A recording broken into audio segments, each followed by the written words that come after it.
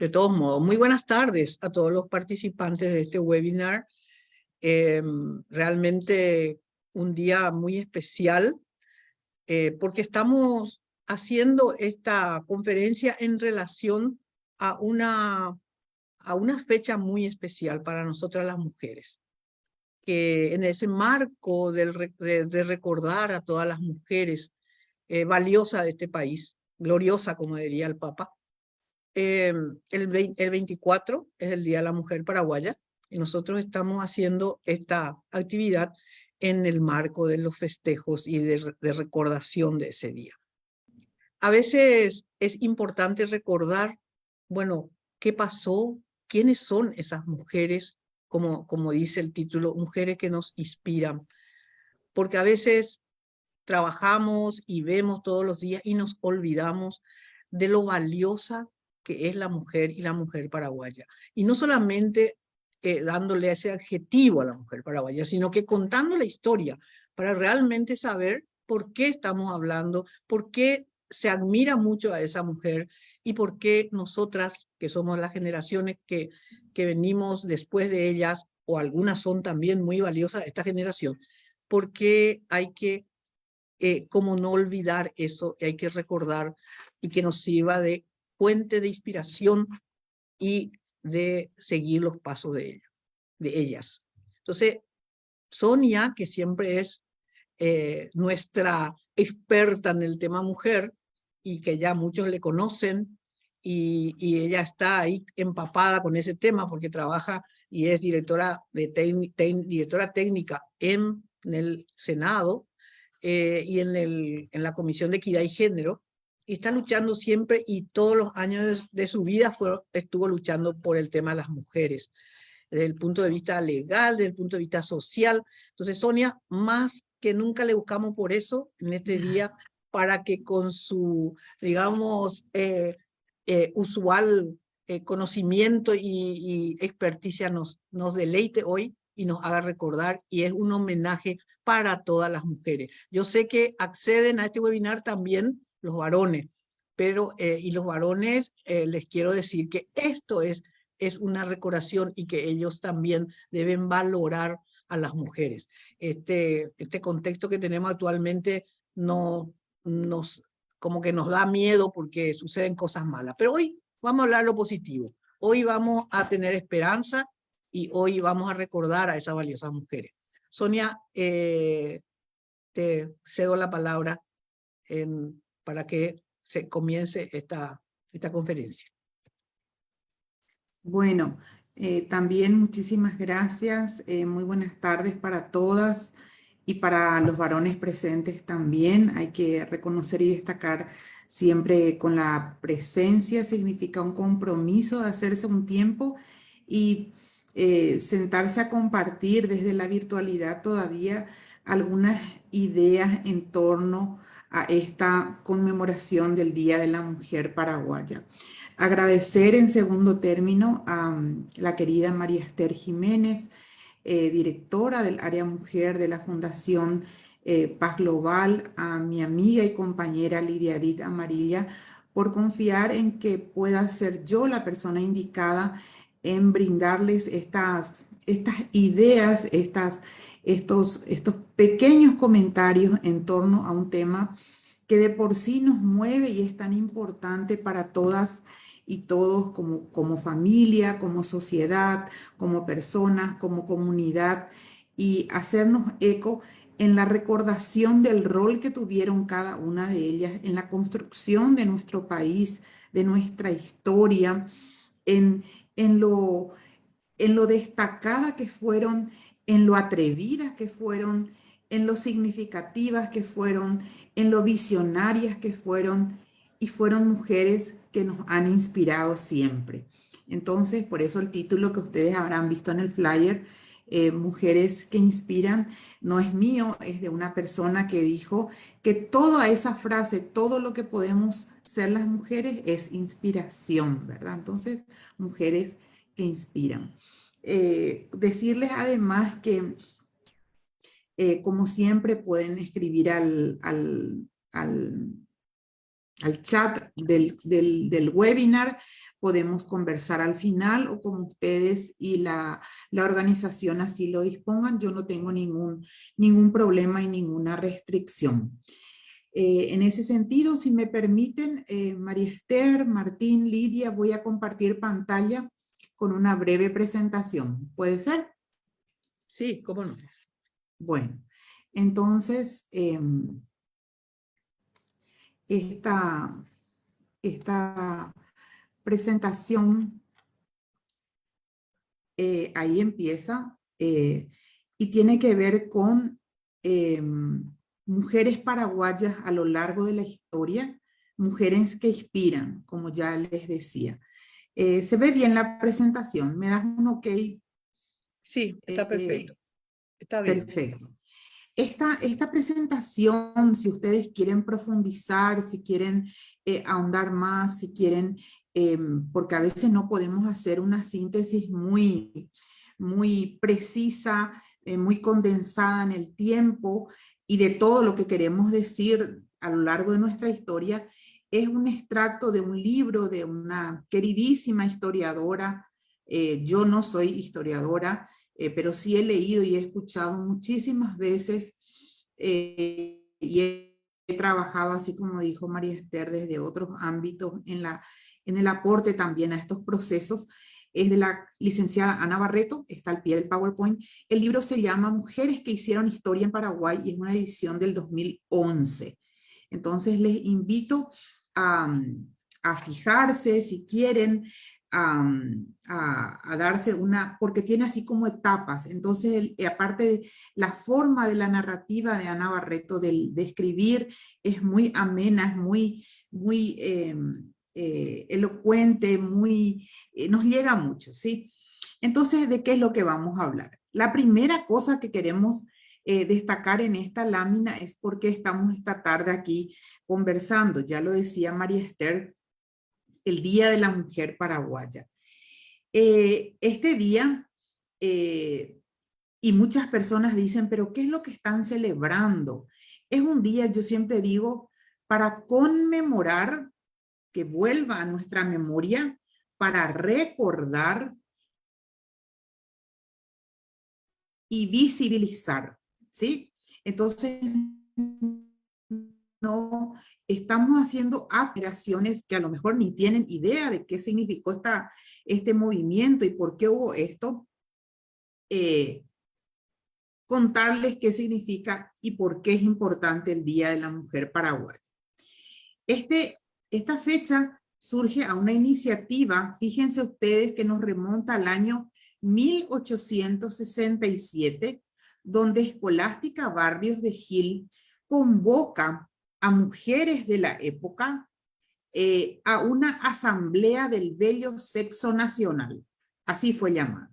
Y duró en realidad no un solo día, sino estos 4 días mencionados en la lámina, 24 al 27 de febrero, en una plaza en el centro de la ciudad.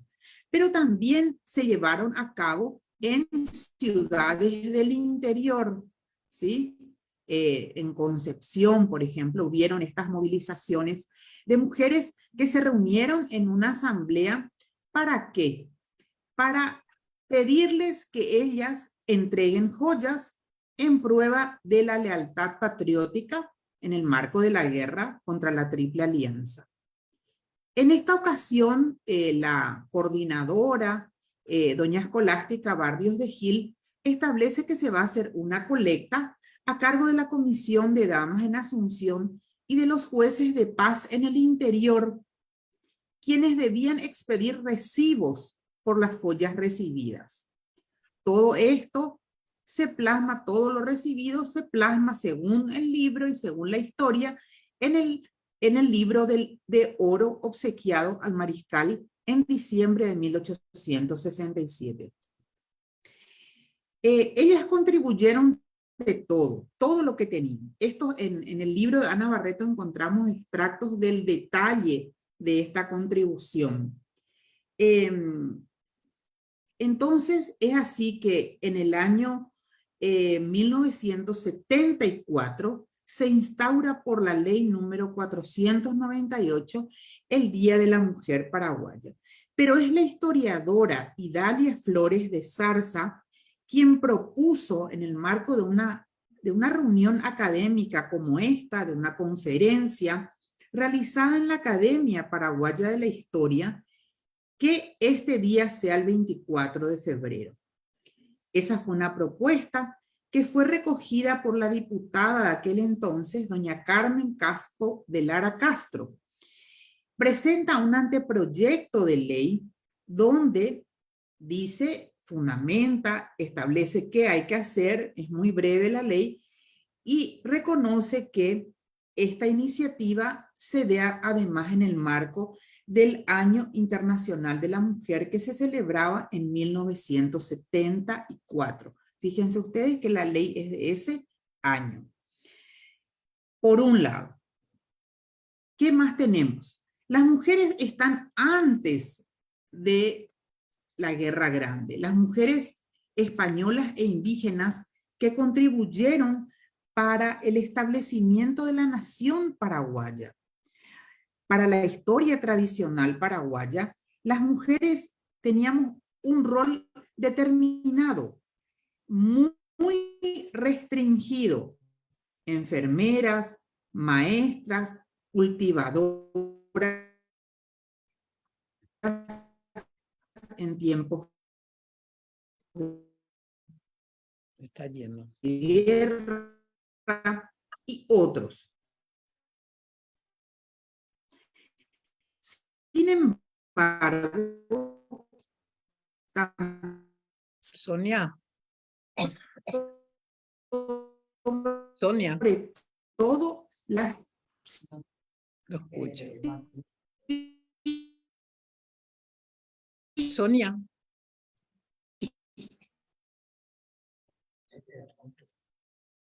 Sonia. Está ¿Sí? muy intermitente, muy intermitente. Proba un poquito otra vez ahora. Se va al internet, parece. Sí.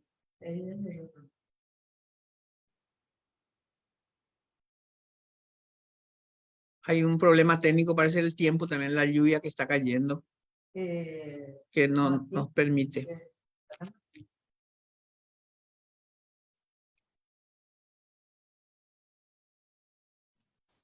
Creo que ahí volvimos, María Esther. Creo que sí. Acá hay una tormenta eléctrica en este momento. Yo no sé qué está pasando, pero no, yo no las veía más. Ya. Ahí está. Ahí estamos. Sí, ahí estamos. Perfecto. Bueno, entonces, yo les decía de los roles de las mujeres, creo que esa parte sí escuchamos, Sí. y también el rol reproductivo al que el que le eran asignado a las mujeres, sobre todo en las tareas del campo. Las mujeres indígenas eran responsables del trabajo agrícola, del tejido de algodón, también cargaban y transportaban productos de la tierra. Los hombres estaban en los yerbales, en los obrajes, en los fortines. Y el peso de estas tareas reproductivas, la crianza, fíjense el grabado que tenemos aquí en la lámina, la mujer está ocupándose de todo esto, además del cuidado y la crianza de los hijos e hijas, por supuesto, ¿verdad? Entonces, el rol de la mujer en la conquista es mucho más extenso, pero hace un énfasis en que las mujeres fueron guerreras, peleaban en la defensa del territorio y también no desconocían, además del trabajo productivo en el campo, el trabajo reproductivo. ¿Sí?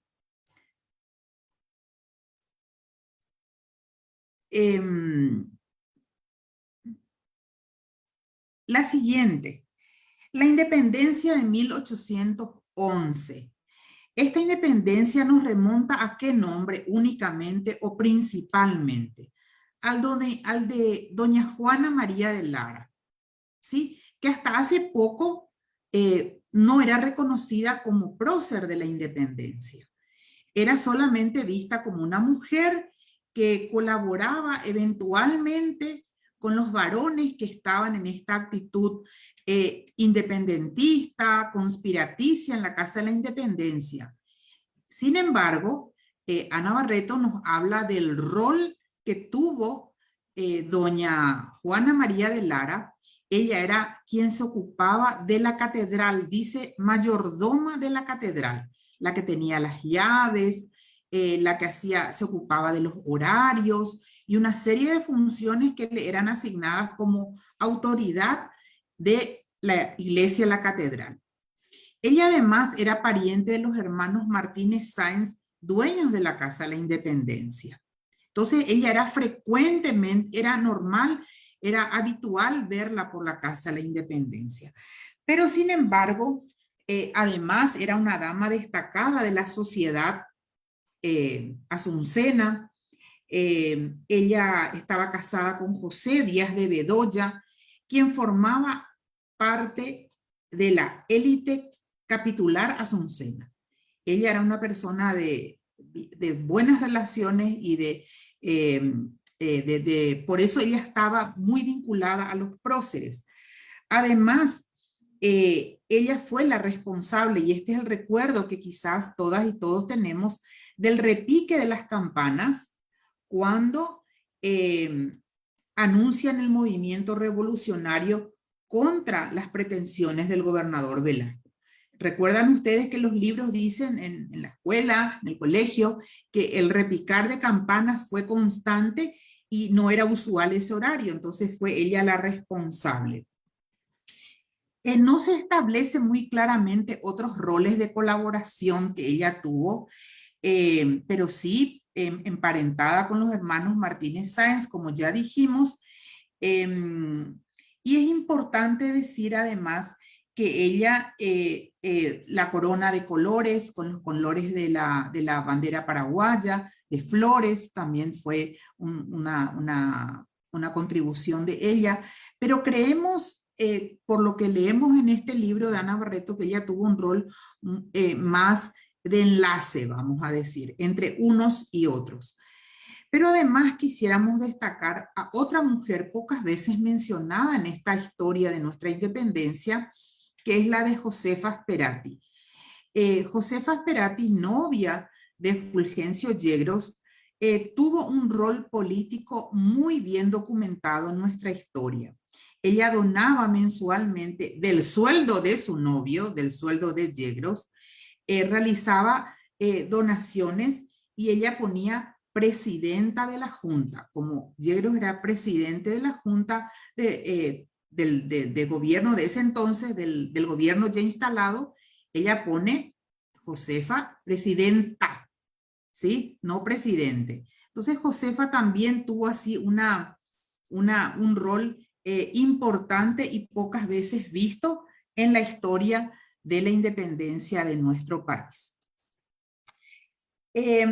Después quisiéramos retomar la guerra de la Triple Alianza de 1870. Ya hablábamos de la guerra al inicio de la presentación con la constitución de esta fecha del 24 de febrero, pero quisiéramos hablar y ahí voy otra vez a apelar a la memoria de quienes están escuchando esta charla, el monumento a las residentas que está frente al Parque Ñuguazú. No digo Luque o Asunción porque ahí vamos a entrar en un problema. Pero fíjense ustedes, ese monumento que muchos años sirvió hasta de homenaje a las mujeres en nombre de las mujeres residentas. ¿Qué significa residentas? Residentas es fijar domicilio en un lugar, vivir en un lugar.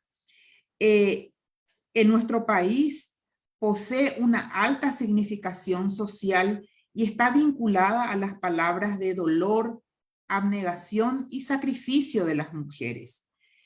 Es el éxodo emprendido, por el contrario de lo que significa el nombre, el éxodo emprendido en pos de la bandera por mujeres, niños y ancianos pequeños ante la inminente llegada de los invasores a las ciudades de nuestro país. Las residentas son mujeres que eran agrícolas, soldados agrícolas dedicadas al trabajo de la tierra. Algunas de ellas, además de las destinadas que estaban presas en Espadín, además de las residentas, tenemos a las mujeres lavanderas, las mujeres que eran proveedoras del Estado, a las enfermeras, ¿sí? Que ayudaron a o estaban en el marco de este proceso de movimiento territorial que realizaban todas las poblaciones ante la llegada de los invasores. El rol de la mujer en la construcción de la posguerra quizás sea lo que más conocemos. El rol otra vez vinculado a lo reproductivo. Ahí tenemos figuras como, por ejemplo, las mujeres que vendían sus productos en las plazas, se reunían en ese espacio, que además era un espacio no solo de comercio, sino de socialización entre ellas. Tenemos a las mujeres burreritas, ¿sí? Tenemos a las mujeres que muchas personas más recuerdan, tenían el rol reproductivo de repoblar el país que quedó devastado, y de ahí que la palabra residenta, volviendo al inicio de la lámina, se denomina a los grupos de peregrinantes que van fijando domicilio en diferentes lugares, ¿sí? Al contrario de lo que pareciera que su nombre significa, que residen en un lugar. Son las que fueron migrando, moviéndose, vamos a decir, entre comillas, con la guerra. Después vamos a seguir hablando de las mujeres que tuvieron otro tipo de movilización a lo largo del siglo XIX. Por ejemplo, la movilización de las mercaderas contra un tributo municipal en 1874. Yo decía al comienzo de la presentación, las mujeres siempre fuimos atrevidas, siempre fuimos contestatarias, siempre fuimos quienes pusimos el énfasis en lo que creíamos era injusto. Así, por ejemplo, también tenemos en 1884 la primera legislación laboral a favor del trabajo doméstico, que es la Ley del Servicio Doméstico, que exige que quienes contratábamos a personas para cumplir tareas domésticas debíamos de llevar una libreta para ser contratadas, una libreta de contrato. Es la primera legislación que se encuentra sobre el servicio doméstico remunerado en nuestro país. Además tenemos las mercaderas, las naranjeras del país, mujeres viajeras que recorren el país ofreciendo sus productos.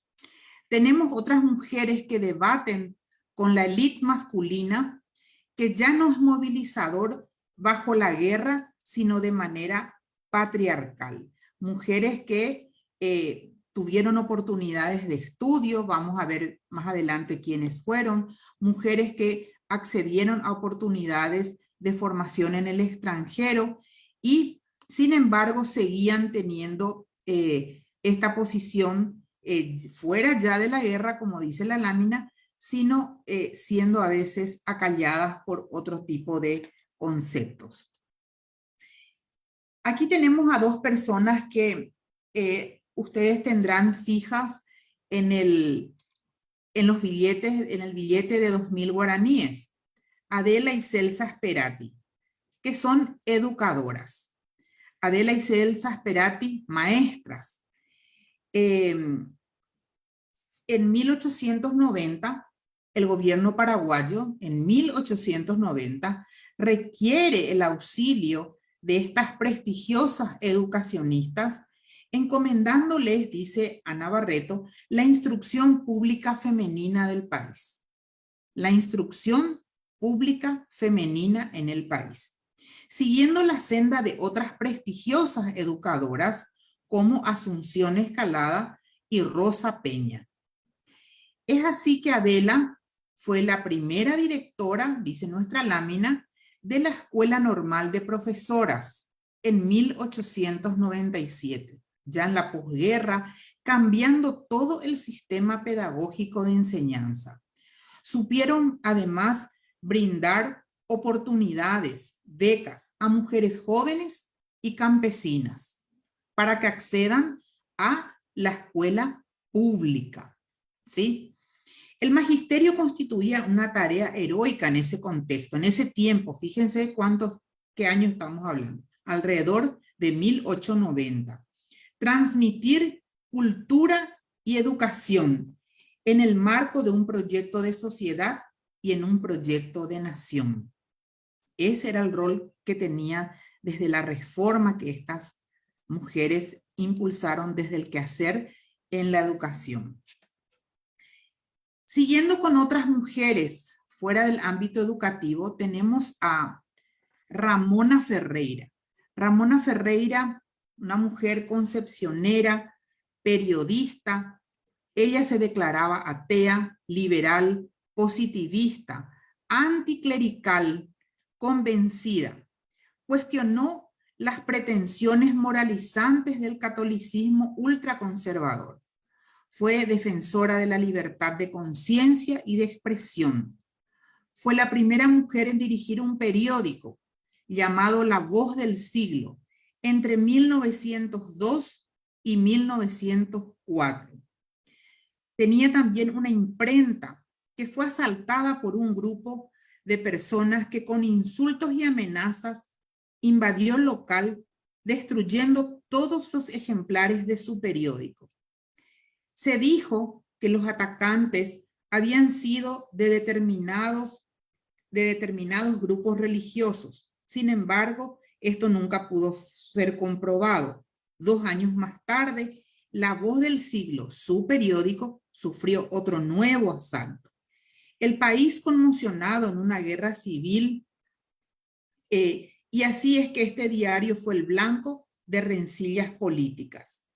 Al mismo tiempo, la historia ha dejado pasar mucho de los aportes de las mujeres para la construcción de este país, porque muchas de las cosas no fueron visibilizadas. Ella siempre fue una persona que vivió en la disidencia de toda la sociedad y se exilia en Buenos Aires en 1904. Pero fíjense ustedes, dueña de un periódico y con esas posiciones en ese tiempo es lo que tenemos que visualizar. Luego la tenemos a Serafina Dávalos. Serafina Dávalos, para nuestra historia, fue la primera magistrada que tuvo nuestra Corte Suprema de Justicia, con una figura similar hacia 1910. Fue abogada en 1907 y su tesis llamada Humanismo es una tesis doctoral hasta hoy vigente. Una tesis que recoge palabras y les leo textualmente un párrafo muy breve que dice ella, Serafina Dávalos: si queremos construir un país verdaderamente democrático, que en libertad, justicia y la igualdad sean hermosas realidades, debemos empezar por organizar el hogar sobre la base de una perfecta igualdad. En 1907. ¿Por qué hago el énfasis siempre en la fecha? Porque hoy día quizás hablar de estos términos pudiera ser mucho más común, mucho más fácil. Sin embargo, ella es una persona que ha transgredido todos los pensamientos. Ella fue también docente de la Escuela Normal de Maestras en 1898 y abre la Escuela Mercantil de Niñas en 1904. ¿Sí? ¿Estamos bien hasta acá? Estamos bien. Qué suerte, porque acá sigue el mal tiempo y no quiero que eso interfiera con nuestra charla. Así también le tenemos a Virginia Corbalán. Virginia Corbalán, compañera de Cecilio Báez, de Arsenio López, de Cut y Telémaco Silvera, también, al igual que Serafina Dávalos, llega al doctorado en Ciencias Sociales y Derecho en 1923. Ella tiene otra tesis, Feminismo y la causa de la mujer en Paraguay, donde ella la fortaleza o el concepto en su tesis desarrollado fue el derecho al voto. Fíjense ustedes, 1925, ¿sí? Crea el Centro Femenino en 1920 y forma parte de la Unión Femenina del Paraguay. Se consideraba feminista y fue una persona que siguió la línea de pensamiento de Serafina Dávalos, no llegando a ocupar el cargo en la corte. Ya más en nuestro tiempo la tenemos a doña Carmen de Lara Castro, Casco de Lara Castro, defensora de los derechos humanos. Docente, fundó la Asociación Cultural al Amparo de la Mujer. A través de esta asociación brindaba asistencia a madres solteras, apoyo jurídico, lo que hoy llamamos orientación jurídica, prestación alimentaria, ¿sí? Igualdad de salarios y los derechos. Fue quien trabajó para que este capítulo de la igualdad de salarios, que las mujeres ganemos igual salario por igual trabajo y los derechos consagrados en la maternidad fueran incluidos en el Código del Trabajo. Además, fue presidenta de la Comisión de Defensa de los Derechos Humanos del Paraguay, fue una militante activa, trabajó en la organización del primer Congreso Nacional de Mujeres y la revista Cuñataí, entre muchísimas otras actividades. Para ir finalizando, la tenemos a Mercedes Sandoval de Hempel. Esta mujer fue quien, fíjense ustedes, 1907, la tesis de Serafina Dávalos y de Corbalán sobre el derecho al voto recién se plasma en una lucha muy fuerte que llevó a cabo doña Mercedes Sandoval de Hempel en torno no solamente al voto, sino a los derechos civiles de las mujeres. Fue una mujer que llegó a ser presidenta de una organización llamada Liga por los Derechos de la Mujer y trabajó asimismo en las modificaciones al Código Civil como a la Constitución de 1992.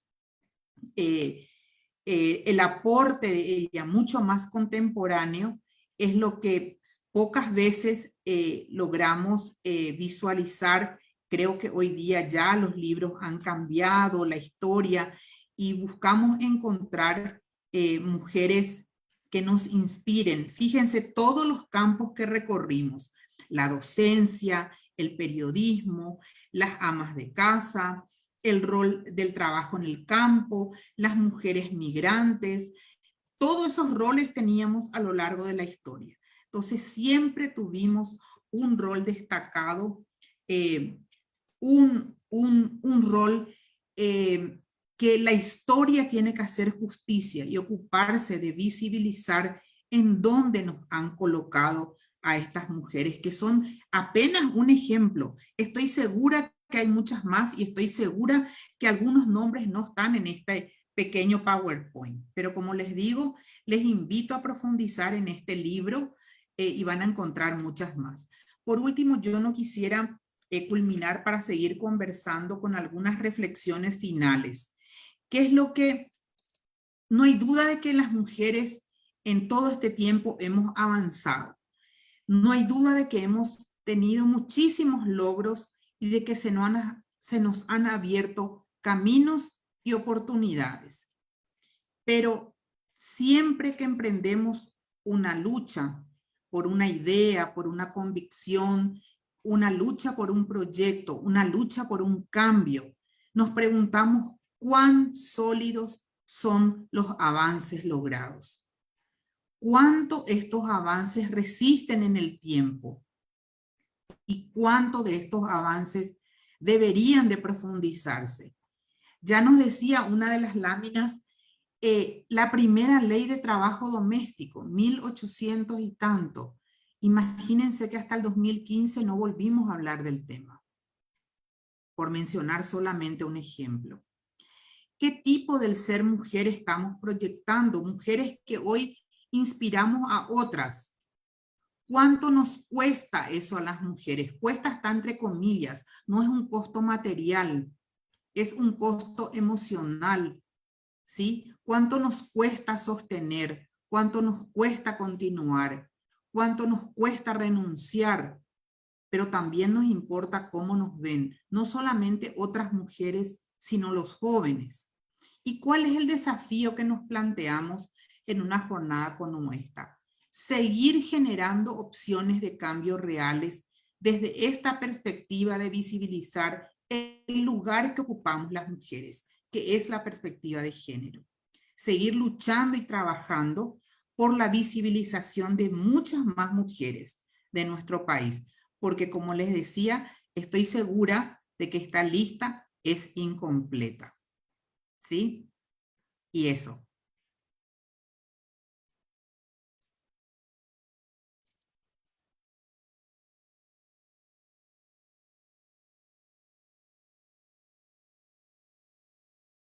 Tu micrófono, María Esther.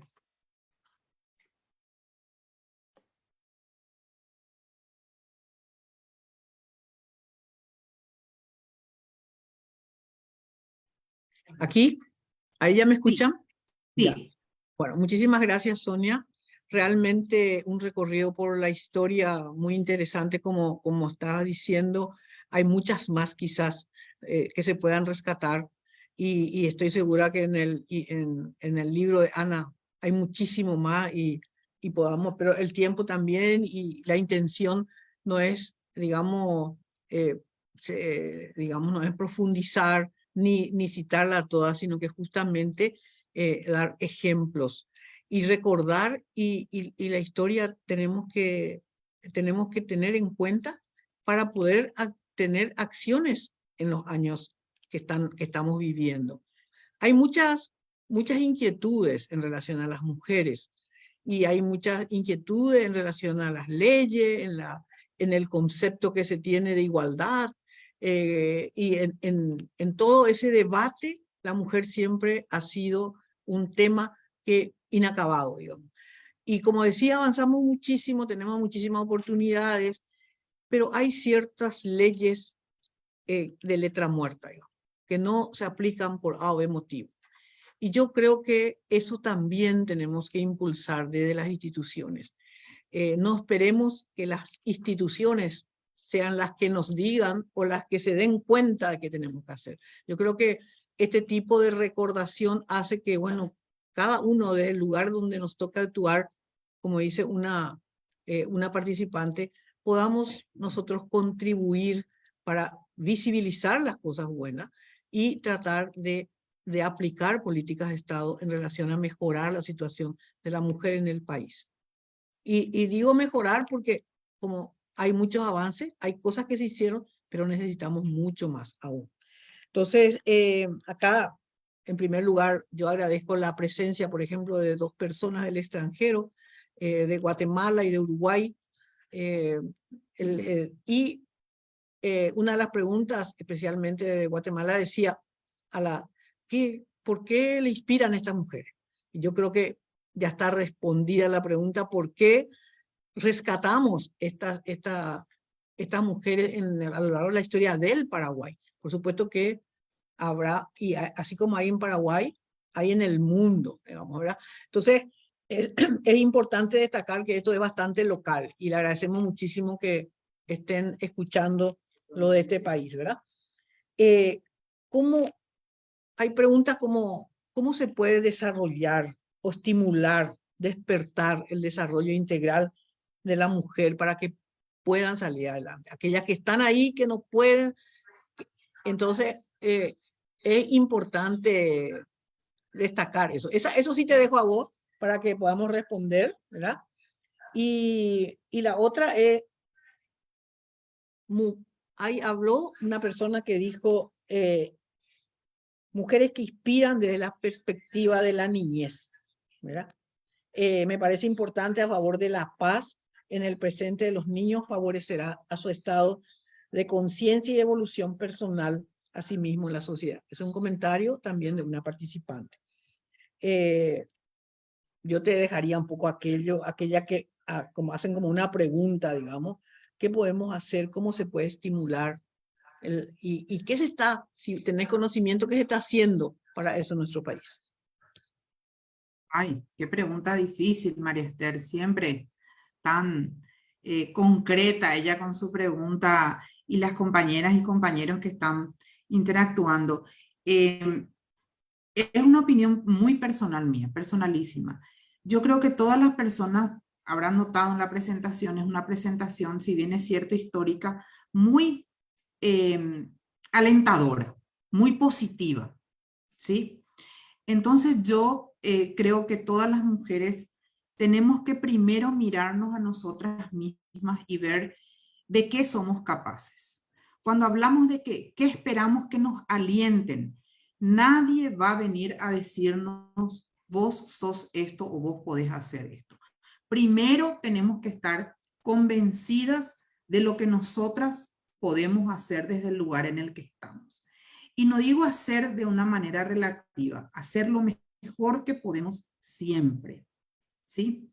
Entonces, yo creo que la capacidad está en todas las mujeres. ¿Qué nos diferencia? Las oportunidades, ¿sí? Yo creo que la gran diferencia y la gran brecha, la gran distancia que tenemos unas de otras es que somos todas iguales en capacidades. Tenemos que seguir trabajando en nosotras mismas, nuestro cuidado, nuestra autoestima, nuestro querernos, nuestro espejar, como dice una amiga, Eli mía, muy querida, nuestro espejar. ¿Qué estamos espejando para otras mujeres? ¿Qué estamos espejando para nuestra familia? ¿Qué estamos espejando para nuestras colegas? ¿Sí? Y por otro lado, trabajar esas desigualdades en las oportunidades. Estas desigualdades pueden ser cruzadas por muchas cosas. Pueden ser desigualdades de oportunidades laborales, pueden ser desigualdades de oportunidades de formación, pero hoy en día, con la tecnología, hoy en día, con los medios que existen, con las oportunidades, decía una de las láminas, pensar en becas para mujeres jóvenes y mujeres indígenas, ¿sí? Pensar en cómo llegar a la formación. Conozco una persona, y esto vale como un ejemplo práctico de oportunidades, que trabajó casi toda su vida en un banco público, en un banco privado, pero fuera de su casa, y llegó un momento que el banco se cerró. Ahora, en un corto tiempo, el banco se cerró y esta persona tuvo que reinventar no solamente su propia vida, sino la vida de su familia que dependía de ella. ¿Y a dónde concurrió? A los espacios públicos de tecnicaturas que se encuentran ofreciendo, ¿sí? A través del SNPP, de SINAFOCAL, y accedió a todos los cursos que colaboraban con que ella pueda considerarse una pequeña emprendedora. Hoy tiene 6 sucursales abiertas, funcionando a pesar de la pandemia, a pesar de los vaivenes económicos, pero son 6 espacios que dan mano de obra, cuando ella en un momento que no tenía nada, ¿sí? Entonces, a veces nos quedamos, como decía antes, al inicio de esta intervención, esperando que nos ofrezcan. La reingeniería es personal, las oportunidades son las que pueden diferir, pero el cambio, la voluntad, la templanza, el tesón, la fuerza. Y me decía una ex jefa, y con esto cierro, a quien quiero muchísimo, me decía, Sonia, puede que vos no sepas todo lo que yo quiero saber, me decía, pero vos le pones tanto esfuerzo y corazón a cada cosa que yo te pido, que para mí es suficiente. ¿Sí? Entonces, hay muchas más circunstancias personales, la violencia, la crisis económica mundial, el COVID, la chikungunya, muchísimas cosas que afectan y nos cruzan a las mujeres, a las familias, a las personas, a los varones, ¿sí? pero el cómo enfrentamos eso es personal. Ya. Perfecto, muchas gracias. Y yo creo que en relación hay también un comentario que me olvidé de leer, donde dice, a mí me inspiran las mujeres que día a día, en el trabajo que hacen día a día, y cómo hay que hacer para visibilizarla, ¿verdad? Y bueno, y trabajemos juntos, asociémonos, cada uno en su barrio, en su municipio, en su departamento, busquemos la asociación por sobre todas las cosas, para ver también cuáles son los problemas que son más cercanos a mi barrio. Vuelvo a insistir, porque si no podemos implementar ninguna solución en macro. Y entonces lo que podemos hacer nosotras, por supuesto que las políticas de Estado tienen que estar ahí también, pero yo creo que también una de las cosas que podemos hacer para apoyar a esas mujeres y para darles oportunidades para que crezcan y se desarrollen es también la asociatividad, la asociación. Juntémonos, unamos la fuerza, los que pueden más, ayudar a los que pueden menos, y así ir como una cadena, digamos, haciendo algo en el microespacio que me toca actuar. Eso es muy importante, porque de ahí vienen los cambios, del espacio pequeño. Entonces, eso van creando situaciones que puedan después, de alguna manera, crecer y convertirse en algo. Así fueron naciendo, yo creo que todas las cosas, no solamente de las mujeres, pero siempre hacemos énfasis porque las mujeres son las que quizás estemos con un poco más de discriminación en ese sentido, ¿verdad? Entonces, desde el punto de vista, inclusive las discusiones de voto, las discusiones de por qué en la lista de los partidos por qué me tienen que exigir, tiene que ser lo mismo, todo ese tipo de cosas. Entonces, ya tratamos alguna vez, yo creo que en la próxima vamos a ir tratando temas así muy puntuales y quizá podamos también traer a personas que tienen el ejemplo y cómo lo hicieron, porque que también nos cuenten y nos inspiren a ver cómo hicieron cómo hicieron para apoyar a mujeres de su entorno y para que se transformen y que le den mejor bienestar a las congéneres. Yo creo que también esa es una opinión, digamos, también desde la fundación mía, pero también desde la fundación, que estamos haciendo todo lo posible por apoyar, por visibilizar. Tenemos un sistema de visibilización que la gente ya conoce, pero independientemente a eso, tenemos que aliarnos. Yo creo que la palabra clara es aliarnos. Solos no podemos hacer, o solas no podemos hacer nada. Yo creo que queda corto siempre el tema. Muchísimas felicidades. Como dicen, no sabemos qué festejar, pero festejemos en lo positivo, que estamos acá, que estamos vivas, los que trabajan, que trabajamos, y bueno, y a lo mejor podemos festejar ese día apoyando a aquellas personas, a aquellas mujeres que tienen problemas y que a lo mejor en vez de festejar, ¿verdad? Mi forma de festejar sea apoyando con una acción positiva hacia ella. A eso le invitamos a todas. Muchas gracias a los que participaron, a los que expusieron sus ideas y le esperamos dentro de un mes o alrededor de un mes para una próxima exposición de un tema desde la Fundación Paz Global Área Mujer. Muchas gracias Sonia. Gracias a usted. Hasta luego. Adiós, un placer.